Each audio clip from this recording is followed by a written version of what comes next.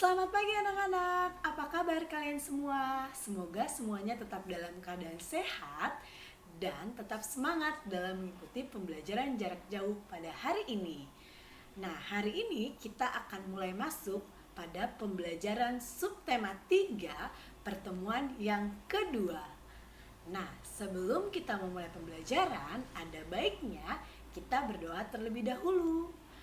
Oke, mari kita siapkan hati kita untuk berdoa terlebih dahulu sebelum memulai pembelajaran pada hari ini. Dalam nama Bapa dan Putra dan Roh Kudus, amin. Ya Tuhan, Engkaulah sumber kebijaksanaan sejati. Sinarkanlah cahayamu ke dalam hati kami dan pikiran kami, agar kami dapat memahami apa yang diajarkan hari ini. Semoga dengan demikian, Engkau dimuliakan selamanya. Amin. Santa Maria della Strada, doakanlah kami. Amin. Dalam nama Bapa dan Putra dan Roh Kudus. Amin. Baik, sebelum kita lanjutkan pembelajarannya, coba yang belum ada bukunya, yang bukunya belum disiapkan, bisa disiapkan terlebih dahulu. Boleh diambil dulu buku cetak tematiknya dan juga diambil buku PS-nya. Oke, kalau masih belum ada, boleh dijeda dulu ya sambil untuk menunggu video selanjutnya. Nah, kita lihat dulu ya yang di awal. Apa sih tujuan pembelajaran kita pada hari ini? Nah, tujuan pembelajaran kita untuk pembelajaran ilmu pengetahuan alam atau IPA yaitu siswa mampu mendeskripsikan penyakit dan kelainan yang umumnya terjadi pada tulang. Sedangkan yang kedua yaitu pada pembelajaran bahasa Indonesia, siswa mampu menentukan pokok pikiran dari teks bacaan. Nah, jadi hari ini kita akan belajar dari tematik adalah dua pembelajaran yaitu IPA dan bahasa Indonesia. Di IPA kemarin kita sudah pernah membahas tentang susunan-susunan rangka pada manusia. Nah, kali ini kita akan membahas apa saja sih penyakit dan kelainan pada tulang, dan juga kita akan membahas bagaimana cara merawat tulang agar tulang kita tetap sehat. Dan pada pembelajaran bahasa Indonesia, kita juga akan membahas tentang pokok pikiran. Kemarin kita sudah pernah membahas dan menjelaskan, Ibu juga pernah menjelaskan bagaimana cara menentukan pokok pikiran. Sekarang lebih kita dalami lagi ya. Oke, mari kita lanjutkan pembelajarannya. Baik, kita lihat sama-sama ya, bagaimana sih cara merawat tulang. Ayo, ada yang tahu tidak bagaimana cara merawat tulang kita sih? Ada yang tahu? Coba difikirkan dulu. Apa ya kira-kira? Oke, kita lihat sama-sama ya. Yang pertama itu olahraga secara teratur. Siapa yang di sini mau olahraga? Kita itu harus olahraga secara teratur agar tulang kita tetap sehat. Nah, selanjutnya yang kedua, mengkonsumsi makanan bergizi. Siapa yang di sini nggak suka makanan-makanan bergizi, sukanya makan mecin atau makan ciki atau makanan-makanan tidak sehat seperti junk food? Itu tidak baik terlalu sering dikonsumsi. Kita harus mengkonsumsi makanan-makanan bergizi. Contohnya 4 sehat, 5 sempurna. Nah, selanjutnya apalagi ya? Yang ketiga, membiasakan sikap tubuh yang benar. Jadi, sikap tubuh kita harus benar. Jadi duduknya harus dalam keadaan yang benar, tidak membungkuk ataupun tidak kalian serong ke kiri ataupun ke kanan. Siapa nih yang suka nulisnya masih membungkuk? Itu tidak baik, itu bisa menyebabkan nanti kelainan pada tulang. Oke, selanjutnya kita lihat ya, bagaimana sih caranya? Selanjutnya itu berjemur di pagi hari untuk mendapatkan sinar matahari. Nah, sinar matahari pagi itu sangat baik loh untuk tulang kita. Tahu tidak sih? Ayo kita lihat sama-sama ya.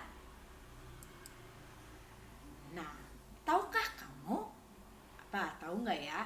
Coba kita lihat. Bahwa Sinar matahari pagi dapat membantu membentuk vitamin D atau D. Nah, vitamin D memacu penyerapan kalsium sehingga membantu pembentukan tulang dan memberikan kekuatan pada kepadatan tulang. Nah, jadi sinar matahari itu dapat membantu membentuk vitamin D, dan vitamin D itu sangat bagus untuk tulang kita karena memacu penyerapan kalsium. Jadi sehingga pembentukan tulang kita itu dapat kuat dan padat. Nah, kita lihat lagi ya. Nah, kita bisa lihat di sini sama-sama. Di situ dijelaskan bahwa sikap duduk itu kita sehari-hari itu dapat mempengaruhi bentuk tulang kita. Jadi, sikap duduk yang kurang tepat ketika menulis dapat menyebabkan kelainan tulang belakang yang seperti tadi sudah Ibu katakan. Jadi, kalau duduk diusahakan dalam tegap. Jadi, tidak membungkuk atau tidak serong kiri, serong kanan. Nah, itu bisa menyebabkan kelainan tulang belakang. Nah, kelainan tulang belakang yang sering terjadi biasanya itu terdapat menjadi 3. Apa saja ya? Ada yang tahu tidak ya? Coba, ada yang tahu tidak ya? Kelainan tulang belakang itu ada apa saja sih? Itu biasa sering sekali disebutkan. Coba diingat-ingat dulu.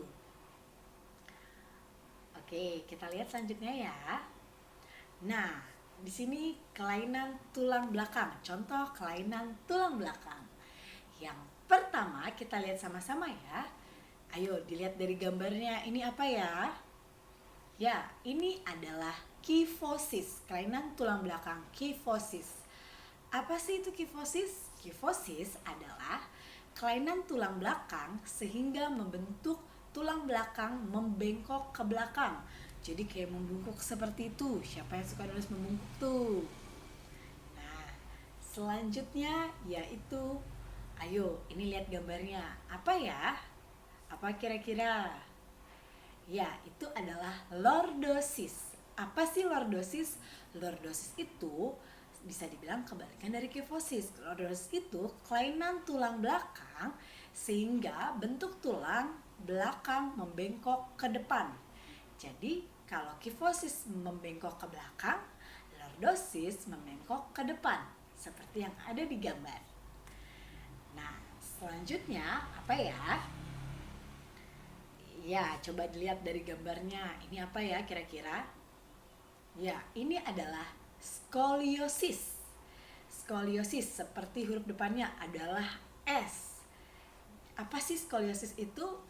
Kita lihat sama-sama ya. Skoliosis kelainan tulang belakang sehingga bentuk tulang belakang melengkung ke kanan dan ke kiri. Seperti yang dikatakan skoliosis, dia S. Jadi dia membentuk ke kanan dan ke kiri. Seperti itu. Itu adalah contoh kelainan pada tulang belakang. Tetapi penyakit hanyut pada tulang bukan hanya penyakit kelainan tulang belakang saja. Ada lagi loh beberapa penyakit dalam tulang. Mau tahu apa saja? Coba apa saja ya? Coba sambil dilihat bukunya, ada apa saja sih kira-kira? Oke, kita bahas sama-sama ya. Oke, beberapa kelainan tulang atau beberapa penyakit pada tulang. Nah, yang pertama adalah osteoporosis.